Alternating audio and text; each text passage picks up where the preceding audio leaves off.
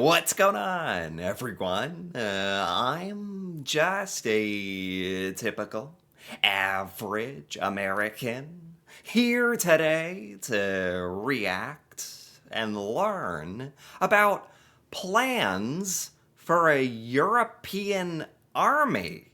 So, today, I want to check out this video by TLDR News and, hopefully try to understand more about what this means exactly. A European army. I understand that most European countries individually have, their own military, but this sounds like something totally different, like some kind of big collective army of Europe or something. So I can't help but wonder, could this actually become like a real thing? Because that would be pretty big, right? So today, I want to learn more about this whole situation. So let's take a look. Faced with continued Russian aggression and a US that appears strategically uninterested in Europe, unless it's trying to annex Greenland, EU officials are once again pushing for a big bang rethink of Europe's common defense. Oh, God. Man, that's so tragic to think that that the United States has a role in, like, starting this discussion for Europe. Like, oh my God, that is so sad. That it says a lot about sort of the state of the United States and the world right now, where so that's one of the considerations that Europe is taking to even talk about this European army is to defend against the United States. It sounds crazy.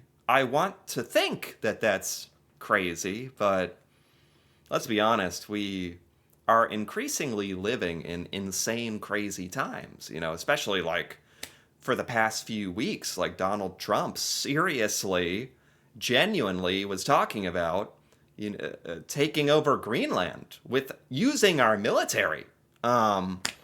So as unfortunate as this is to even have to talk about, it's it's not totally unreasonable. As a matter of fact, it makes a lot of sense to me now. Only a couple of days ago, the Defense Commissioner floated the idea of creating a standing European military force of 100,000 troops that could potentially replace US troops in the event of a mass withdrawal. And a German Green MEP has proposed the creation of a new European Security Council.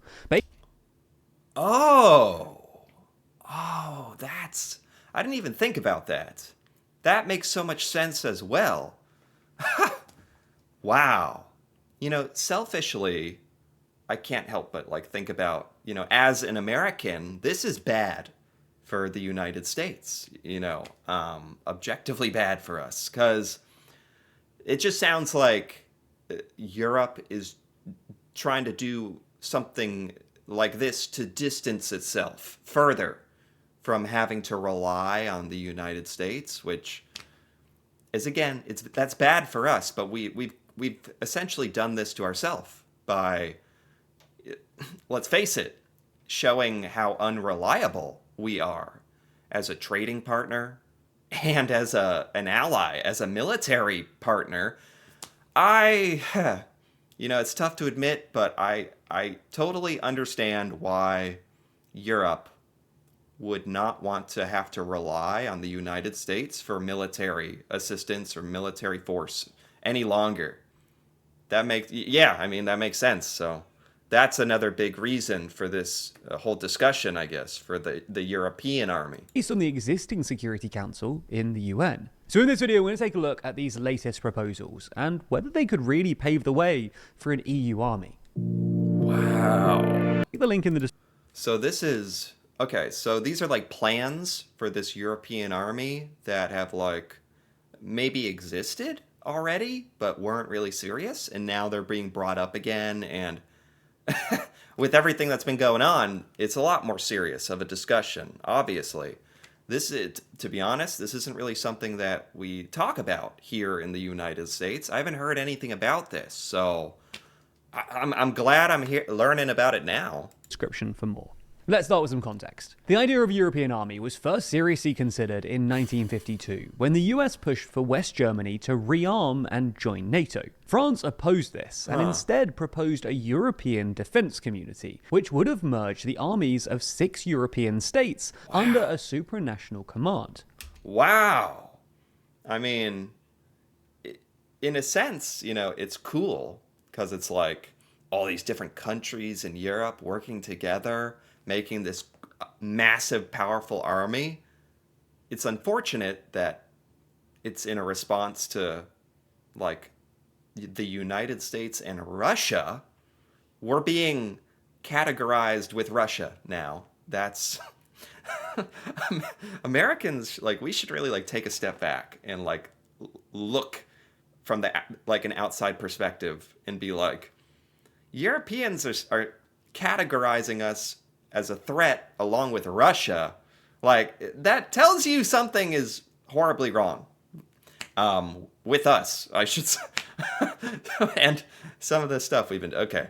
But yeah, if this wasn't like so tragic, I would actually think this is really cool and interesting. The plan collapsed in 1954 when the French Parliament refused to ratify it, and when West Germany joined NATO instead. France tried to resurrect this idea in the 60s when President Charles de Gaulle, who really didn't like Europe's growing dependence on the US, sought to turn the European Economic Community into a security alliance. But other members still preferred to stick with NATO, because, well, why would you create a new European security architecture when you already have NATO, which covers most of Europe and includes the world's biggest military in the US? Well, I think we all know the answer to this is because NATO was a great idea and it seemed to like be very secure and everyone was pretty happy up until the last year. Yeah. I mean, that's when it came to like a head, I think, in the last year with the re-election of Donald Trump, the ongoing war in Russia, Ukraine, still like the United States doing everything that it's done. Let's just use a blanket term here. Now I would understand why a lot of like European countries aren't so stoked about NATO and how, like, relying on the United States in that way. Nonetheless, pretty significant progress was made towards an independent EU security policy around the turn of the millennium, when French President Jacques Chirac and British Prime Minister Tony Blair signed the St. Malo Declaration in the aftermath of the Yugoslav wars. The declaration laid the political groundwork for the EU's common security and defence policy, and set a goal to create a 60,000-strong rapid reaction force that could intervene in European crises. So when you have forces like this, are like European armies, 60,000 troop European crisis force, who is like the general of the army? Who's like the commander? Or that's got to be kind of complicated when you got a lot of different countries, like all with your own leaders and military leaders trying to figure out. I don't know. That's just like a logistical thing. I can't help but kind of wonder. However, this force was never realised, and progress towards a European army regressed, as the EU enlarged with former Soviet states that overwhelmingly supported NATO membership over any European security architecture. Today, Europe's armies are a continental mishmash. European NATO countries collectively have nearly 2 million troops, but their forces are fragmented, poorly coordinated, and the bloc operates 30 separate defense procurement systems, which... Oh my... Yeah, I could see how this would be extremely complicated. Like, here in the United States, it's pretty simple. We happen to be a very, very big country with a lot of people, and we are one country, which is very convenient for operating a military. Extremely convenient. For Europe, it's a lot more complicated trying to coordinate like all these different countries and stuff.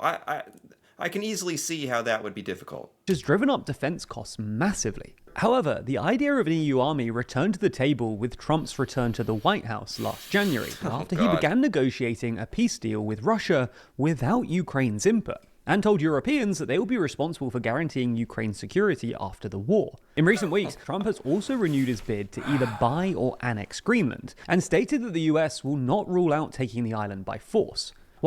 Okay, well, since then, Trump has come out and walked it back a bit. Actually, Europe did an amazing job kind of forcing Donald Trump to take this back and walk it back. Europe responded, sent troops to Greenland to defend it, to establish a presence. And Donald Trump immediately, almost immediately came back. And first, he came back with threats for tariffs, which didn't do anything. And credit to Europe, respect to Europe, just holding fast. And sure enough, Donald Trump seemed to respect that, or whatever goes on in his mind to make decisions, and said the U.S. would not use military force to take Greenland, and we would try to make some kind of deal or so, and it's basically not even talked about much right now, just like a week or two later.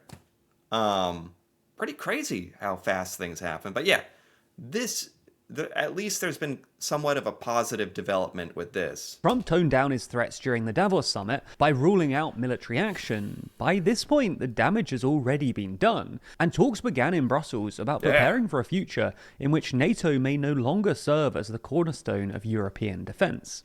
Oh my God. So many Americans, I think, need to realize, at this point, the damage that has been done to the United States reputation is untold amounts of damage. Nobody wants to do new trade deals with us. No one wants to invest in the United States. We used to be one of the number one place people would want to put their money and invest. Now we're seen as unreliable, uncertain.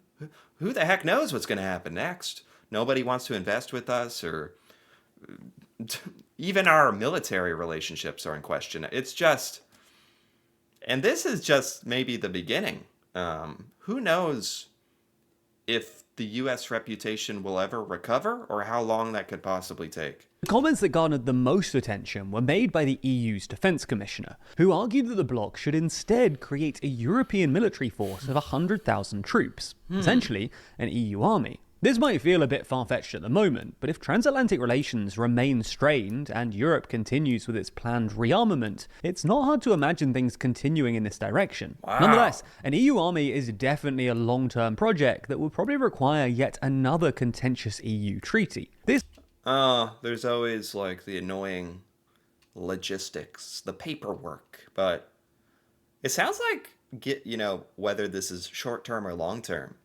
this really is a thing that Europe is seriously talking about now. It feels unlikely in the short term, not least because the EU currently has a lot on its plate at the moment, with various outstanding disagreements over issues like debt, leaving it with little bureaucratic bandwidth and political will. However, a full-on EU army isn't the only way to beef up Europe's post-NATO security architecture. A German Green MEP, for instance, has also suggested the creation of a separate European Security Council, or ESC. Put simply, the ESC draws inspiration, both in name and structure, from the United Nations Security Council. So, I didn't realize NATO was, coming into such question. Maybe NATO will continue to exist, but Europe is seriously starting to... You guys are talking about, establishing these other military and security councils that are just European, that don't include the United States.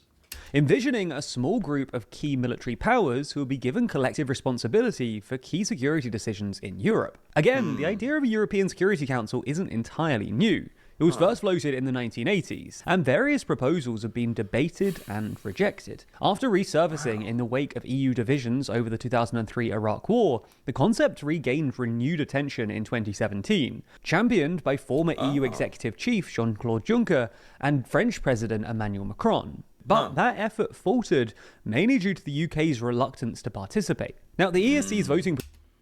It's funny, I didn't know a lot of these things have been kind of talked about in the past in some shape or form, which is interesting. I don't think anybody could have predicted exactly how relevant and serious these discussions would become years later. This was in like 2017. Now, almost 10 years later, like Europe is opening up these discussions again. Like who would have thought? Maybe some people would have thought. Yeah, pretty crazy that this is where we're at. Procedures would apparently be modelled on those of the UNSC. Core voting members would initially include the President of the European Parliament and the 5 EU countries with the largest economies, militaries, and defence spending: France, Germany, Italy, Spain, and Poland. The plan also seeks to include the UK, which obviously isn't an EU member, but is seen as an important ally, both because of its nuclear capability and high defence spending, as well as being a signal that European security is not solely the EU's responsibility.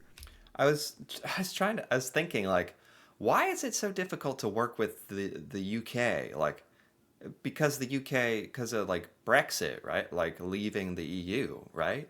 I forgot about that.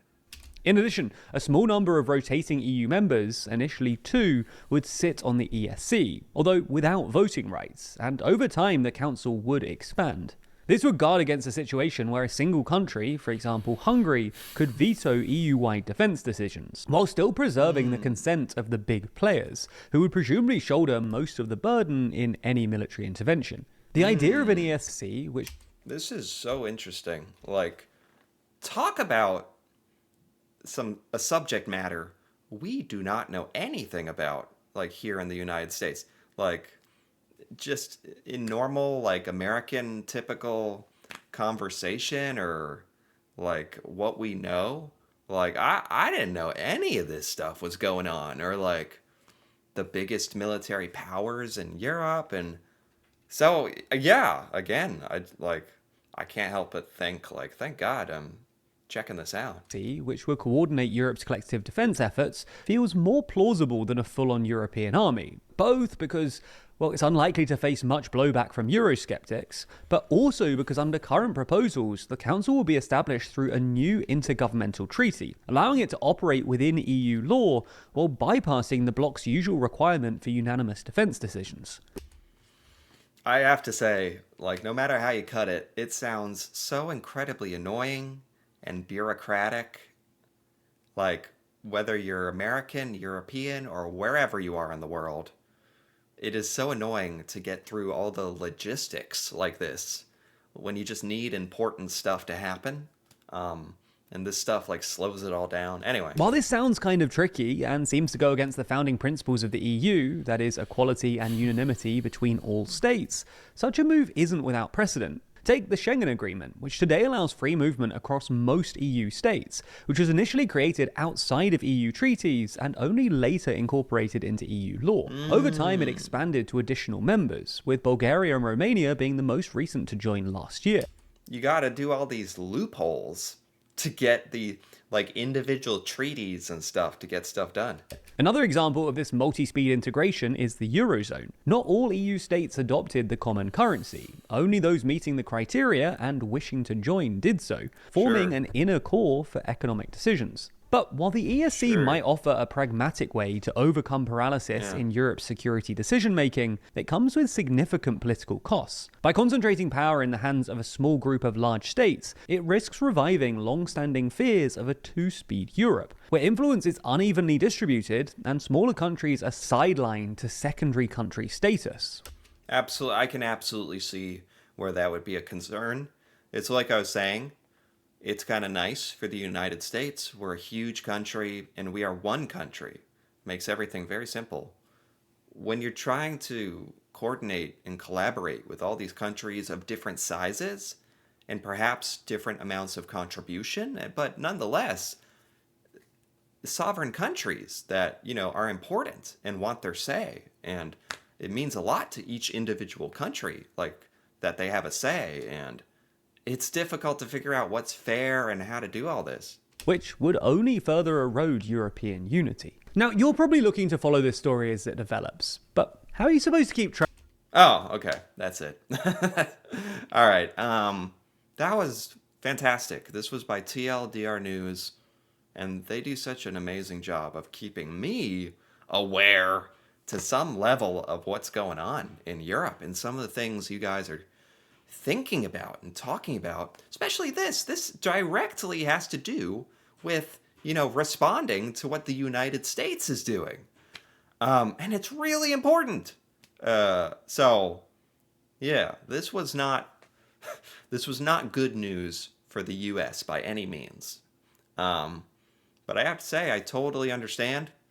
I don't blame you at all. As a matter of fact, if I was European and the U.S. was doing this to me, I would probably be in support of lowering my reliance on the U.S. But from our point of view, hopefully we can cut out the nonsense and start regaining people's trust around the world. But that's neither here nor there. But anyway, if you enjoyed this, feel free to give this video a like or leave a comment with your thoughts on this European army plan, which is way more serious than I ever realized.